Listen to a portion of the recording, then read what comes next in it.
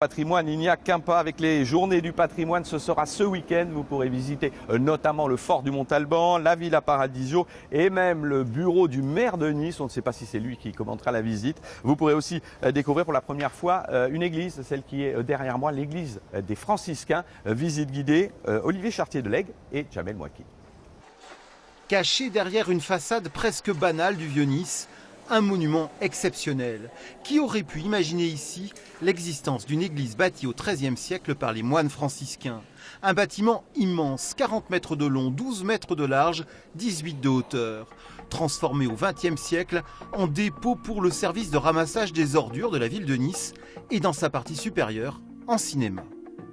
Il a été oublié pendant des siècles. Il y a eu quelques documents d'archives, quelques recherches, mais il n'y avait pas eu l'opportunité de le voir dans toute sa totalité, de l'église et de la cour qui est à côté. Donc là, c'est inédit le fait qu'on puisse le redécouvrir en entier.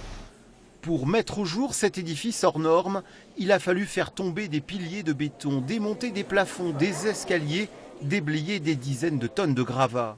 Enfin, après 8 mois de travaux, l'église des Franciscains se révèle dans toute sa sévère beauté. C'est un lieu qui va s'inscrire dans un bâtiment culturel, dans un ensemble culturel plus large, c'est-à-dire qui inclura le palais communal, l'église des Franciscains du XIIIe, l'hôtel de l'Aigle d'Or qui est l'ancien couvent et la tour Saint-François qui est derrière. Ce sera un ensemble culturel dédié à l'histoire niçoise, à la tradition, à la culture niçoise en général. Toute proche, la tour Saint-François domine les toits de la vieille ville du haut de ses 42 mètres. Bientôt, on pourra y grimper pour admirer le panorama. Patience, ce sera pour les Journées du patrimoine, édition 2019. Et une image justement de